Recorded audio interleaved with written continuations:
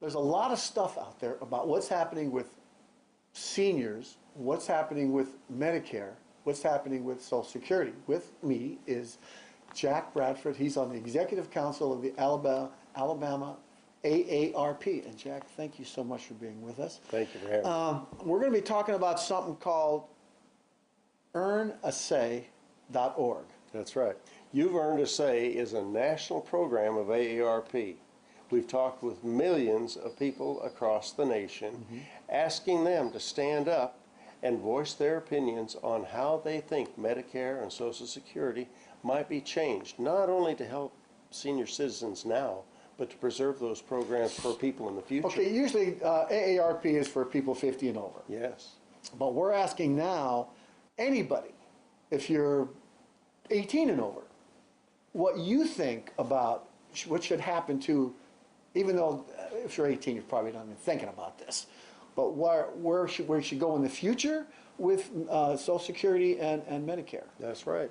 If you're gainfully employed and earning a regular wage, you're paying in to Social Security and Medicare, and you're a stakeholder. Right. And we want to hear from the stakeholders. Now, is the reason for this because everything we hear about the trust fund running out of money by 2024 and Medicare running out of money and because there's going to be some changes no matter who's elected in November. There's going to be some changes in this, and so we're trying to get the grassroots idea. Is that what we're doing here? That's part of it. We're looking at, for American citizenry, a very informed citizenry. Yeah. They know that these two programs are going to have to undergo some change. Right.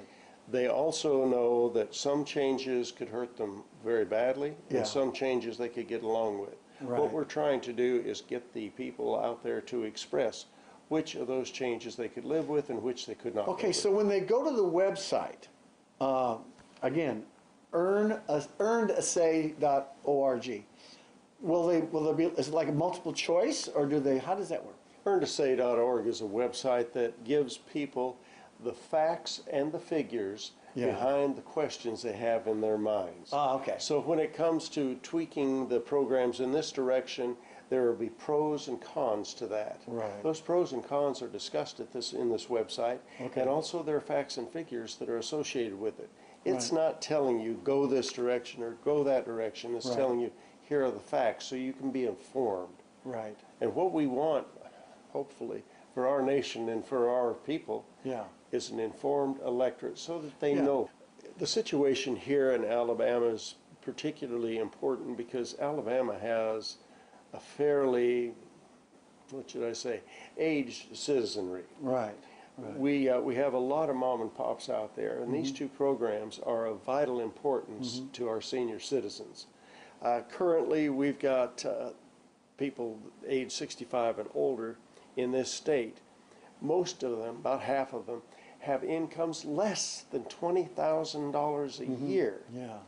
That's pretty meager, especially when you talk about adding health care costs in the form of Medicaid. Right. They still have to pay out of that meager $20,000 or less. It's part of, people think because when you turn 65, you go on Medicare, Medicare, excuse me. Sometimes that's what confuses people. You know that, Jack? Medicaid is not Medicare. Medicare is the national program. Medicaid is the state program. There you go. So when you have Part B on Medicare, you have to pay for that. Well, you have to pay for it, and furthermore, they're out-of-pocket expenses. Yeah. And the average out-of-pocket expense for people age 65 and older in this state is $4,800 a year. Yeah. When you're only making $20,000, that doesn't leave much. Does that include any social benefits that might be receiving, like food stamps or assistance in homes or that kind of thing? That would be a different program altogether. Okay. We're just talking about their gross income or their net income. Yes, we are. And talking about that, I read in the New York Times this morning that the average income of people 55 to 64 has dropped 9.8% since 2009. That was in the New York Times this morning. I was really surprised at that. It's pretty bleak. And you also have to stop and consider the fact that most, and I'm talking more than half of the people nowadays are faced with the fact that their company does not have a retirement program for them. Sure. That leaves them totally dependent on Social Security and their savings Right. to carry them So that's through why their- this is so important that they go to, Yes. you've earned a say. But the email is just earned a say. That's the actual website. That's the website. Earnedasay.org.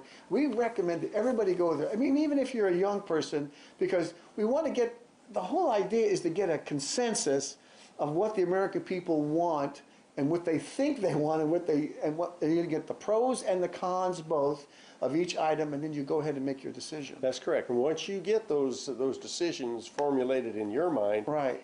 good citizenship calls upon you to contact your representative in the House of Representatives and your senator in the Senate and make your thoughts known. We need to step forward with facts behind us Yeah. and talk to these folks so that they vote appropriately. Thanks, Jack, for being with us. Thank Appreciate you so it. much. Really appreciate it. For more information about how AARP is working for you, visit www.aarp.org/al.